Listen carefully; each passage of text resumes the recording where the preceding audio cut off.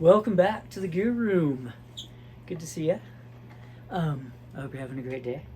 So today we're going to talk a little bit about my new Tom Anderson Strat. It's got a -20 neck, so it's got a really thin neck. It's got their, I think they call them SC1 pickups. They're noiseless pickups. I've had it for a few days. The neck action is amazing. The guitar is amazing in general, but the neck is just unbelievable. And I think I can easily say it's the nicest guitar I've ever owned.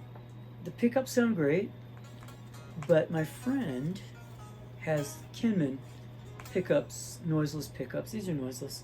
On his Strat, he's got the David Gilmour set, and I've got Kinman P90s, noiseless P90s, in my Epiphone 339, which was a really cheap, like a $400 guitar or something.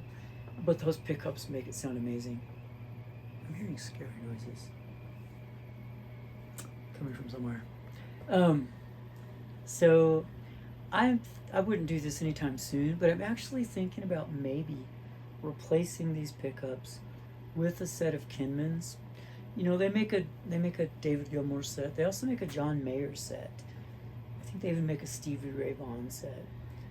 So I'm thinking about that, and then putting on a Fender mid boost like Eric Clapton has on his guitar, and like they sell on. You know, I had an Eric Clapton Strat for a while with that mid boost, and man, I love it. It just makes your single coils much fatter if you want them to be. So I'm considering that. Yeah, so I'm gonna play it a little bit. The pedal board just some updates. So yeah, new guitar, mind blowing. I've been talking to Martin Schmidt in Germany about a Schmidt Array board, pedal board, because I use a lot of pedals, and right now they're on a Pedal Train Pro. I could get them on a smaller board. They won't fit on my Nova 18, and they certainly won't fit on my Metro 22 or 24. So I'd have to get a different board, and I thought a lot about getting a Temple Audio board. And I gotta say, Cass at Temple Audio was really helpful, really nice. And I think the Temple Audio boards sound amazing, and it's just such a great price. But I've got so many pedals that the Temple Audio board that I think would have worked best was I think it was 34 inches long. It was just too long. And the thing with Martin's boards, Schmidt Array, is that they're multi-tiered. So basically, you open up one section and you can put pedals there, and then close it, and then put pedals on top. And because of that, in the way he builds them, and they are professional, they're professional quality boards without question. I think they're probably the best boards on the market right now, and unless maybe you had somebody like Pete Cornish or somebody, builds you a pedal board like he does or used to do for David Gilmour. But in any case, the footprint of the Schmidt Array board is much, much smaller than any other normal board that would fit that many pedals. And it's not just that, it's amazing. The design is amazing. He's got like a cutaway where the wah-wah pedal goes, so the wah-wah pedal's not raised up on the deck. And then this one level raises up, and you can put the pedals down there, close it, put the pedals up there. But it also has these two connector boxes where you can plug in your pedals. So I got two connector boxes instead of one, in case I ever want to run a stereo output, which, I never know what I'm going to do. So with those connector boxes, your guitar can go in, your guitar signal can go out, and then you can have two cables going out and in for your effects loop. So one connector box will do 1 amp and an effects loop, so you could do two of those. And it also comes with two outlets built in, so you plug right into the outlets that are in there.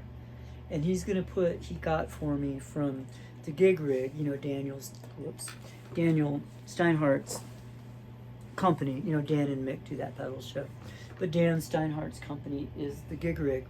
And so Martin got 2 of their QMX6, the Quartermaster 6 switchers. So basically 12, I'll have 12 total. And, I was talking to Declan at the gig rig about getting the G3, their controller, which would be great, like really amazing. But I don't know that I necessarily need the G3. I mean, I'd love it, but I don't know that I really need it. And the QMX6s are really inexpensive. They're like the price of a reasonably priced pedal, whereas the G3 is like very, very. It's like the price of what most people would probably consider a pretty expensive amp. So anyway, that I'm getting that, and then I got which reminds me, I'll remind myself in this video. I need to get Primax. I don't know if you guys have ever done business with Primax. They always seem to have like 20% sales. Don't tell anybody. And then free shipping and no tax. So I got some Evidence Audio patch kits, 2 of them. I think I'll get another one, because the thing with the switcher, as you may or may not know, is, so right now, I wish I had a camera that faced down on my board, but right now, like most pedal boards, there's the first pedal, and that plugs into the next pedal, and the next, and the next, and the next. The guitar plugs into the front part, and then the guitar goes to the amp from the end of the pedals, and then the same thing for the effects loop. But with the Schmidt array, it would be a very, very different system. And so, the switchers. Sorry, I've lost my train of thought. So with the switchers, what you have to do is every pedal, the output, let's say the first pedal, the guitar is going into the first pedal. But then after that, the output of each pedal has to go into one loop of the switcher, and each loop has a little on-off foot switch. And I've got 2 of them, so I've got 6 loops times 2, because I got 2 different QMX6s, so 12 loops total. So one pedal goes in from the output to, okay, so from the switcher, one patch cable would go out of the switcher into the input of the pedal, and then another patch cable would come from the pedal into that same loop. So every single loop, every single foot switch, every loop has to have a pedal going out of the loop, a cable going out of the loop into the pedal, and from the pedal back into the loop. So 2 cables per loop in the switcher. And since the pedals aren't like right next to each other, and the cables are just going from pedal to pedal, in this case, the pedals could be anywhere on your pedal board, wherever they, kind of like Tetris, wherever they fit best. So normally on a pedal board, you've got your pedals all in a line next to each other, and then maybe another tier, but they're all kind of going in sequential order, and then you step on them. But this way, the pedals could be anywhere on the top or the bottom of that board in any random order, like Tetris style, as to how they fit best, like puzzle pieces. Then once you do that, because that would be step 1, get all your pedals on the board. Some of the pedals, like my pedals, that have 2 foot switches on them, they'd have to be on top of the board where I could get to them. So like the King of Tone has a a drive channel and a boost channel. I have to get to those, so they have to be on top. The Bell Epoch Deluxe and the Strymon Flint, they all have 2 pedals, or 2 buttons. So those things all have to be on the top. Otherwise, they can be everywhere. But then every pedal gets patch cabled to a loop in the switcher, which is going to be a lot of cable. And Evidence Audio is supposed to be the best. Well, I mean, I don't know. They say, many people say. And those were 20% off at Primax, so I got 2 packets of those. I also still have a lot of George L cables. Same thing, they're solderless cables. And again, people say George L are, you know, excellent, top tier. So hopefully I've got enough to do all that, but I might have to buy more. Okay, so that's the new guitar and the new pedal board that I'm in the process of building. I think those are the only cool new updates. Right now on the pedal board, I'm playing. I took my Line 6 Relay G50 wireless off the board. It wasn't working, and I sent it in to them to fix it, repair it. Meanwhile, while I was doing that, I was talking to different people who said that you know, unless you have a really expensive professional wireless system, they probably suck a lot of tone. And I use it because I can't really use guitar cables because I move around and they get all twisted in knots. But I think I'm going to go back to trying to use a guitar cable for the sake of getting good tone. So I'm going into the dry bell vibe machine, you know, vibe pedal, into the Chase Tone Fuzz Fella. It's just such a fantastic fuzz face. It's just such a great pedal. I love it.